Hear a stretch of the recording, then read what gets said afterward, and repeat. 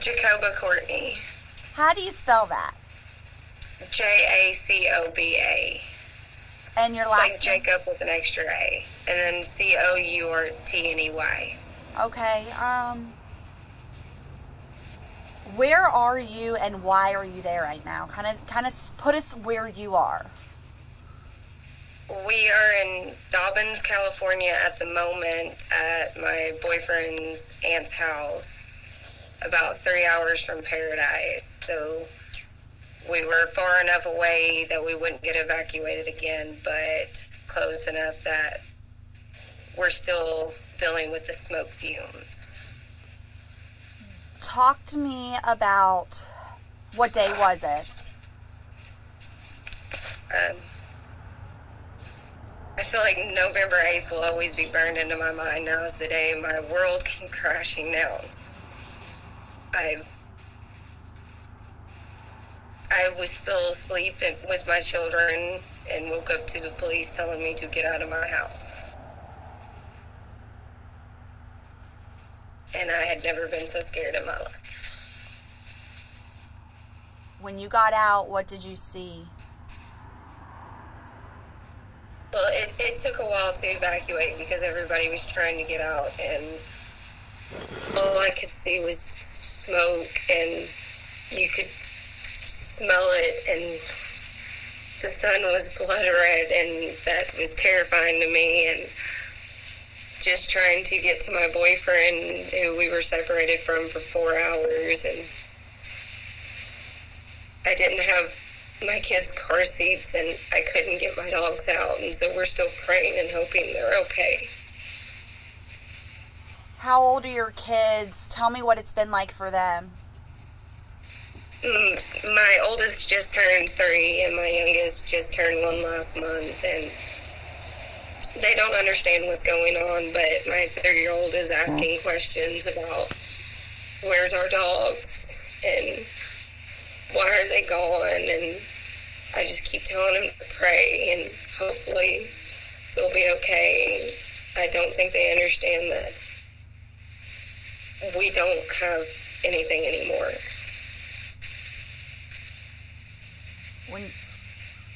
Do you know what is left of your house, or if your house is left? What do you know? My neighbor sent me a video, not last night, but the night before, and somebody, like, the video came out right to our street, and it pointed directly at what would be our houses, and you couldn't see them.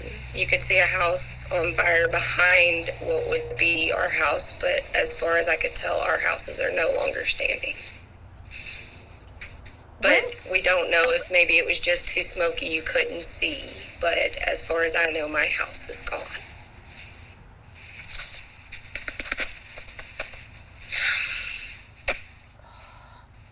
So what do you have? What were you able to save?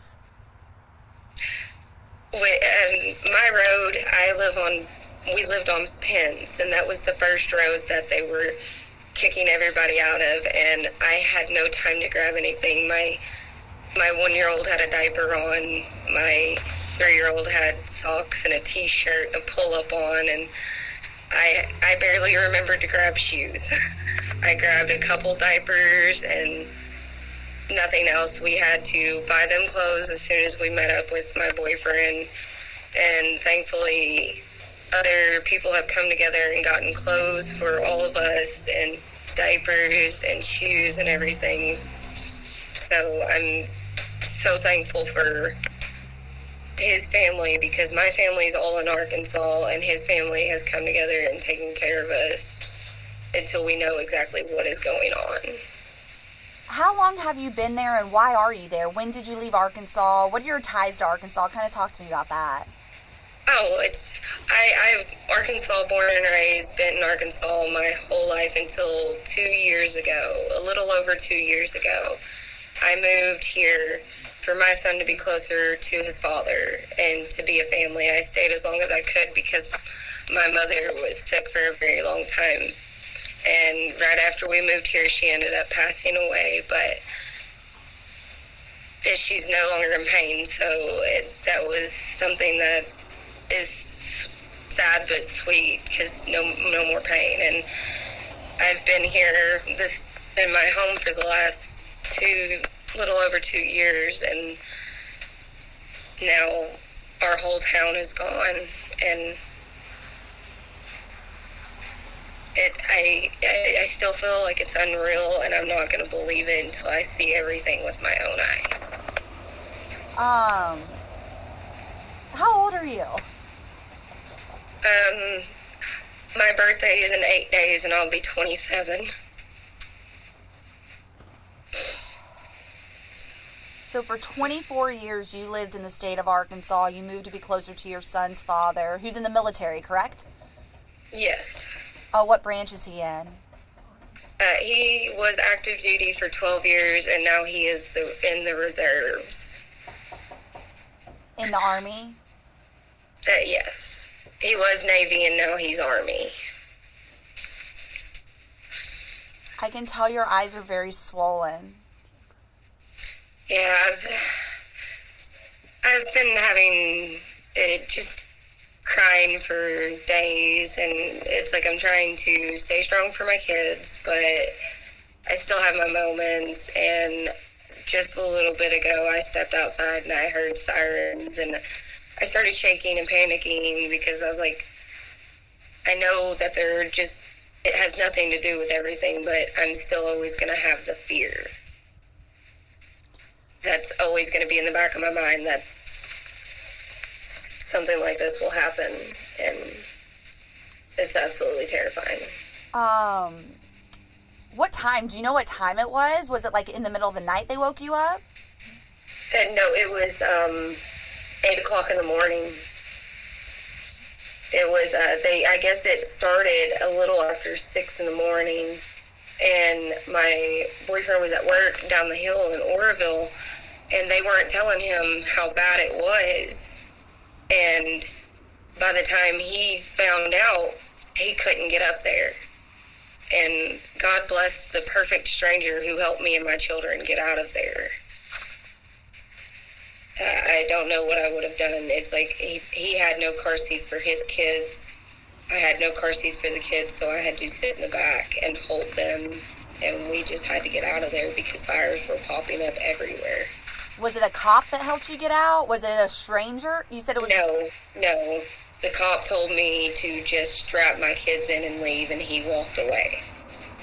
But they had to make sure everybody was evacuated, so I understand. So I ran to the end of the street, and somebody stopped to help me. And you don't know who the stranger is?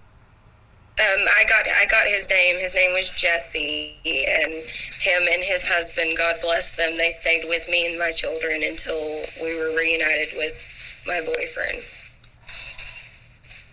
Well, I want to show you something real quickly. 1 second, I want to show you something.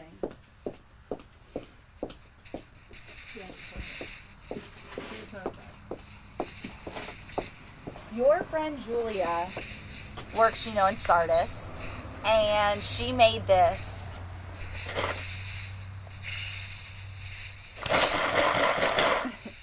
That's so incredibly sweet. It's like I am so thankful for the people who are helping and wanting to help. I still feel like it's a bad dream, and it makes my heart overwhelmed with love to see everybody coming together to help people in this time. It's like just the random strangers to the people who I know and love just helping us.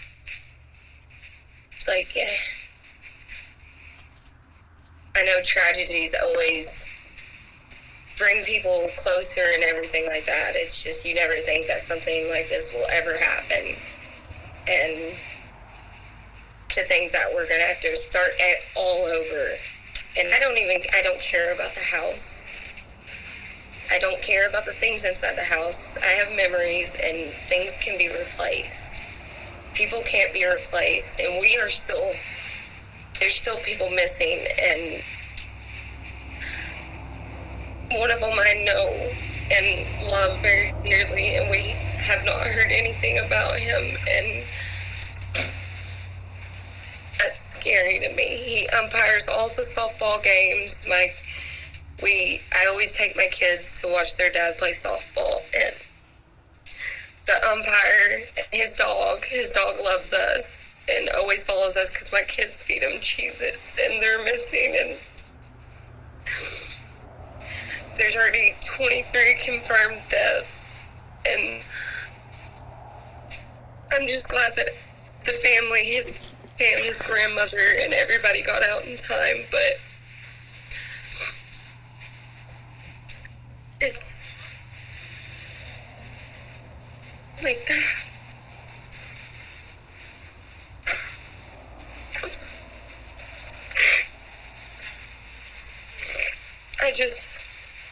it's still unbelievable, and I'm glad I got my children out in time, but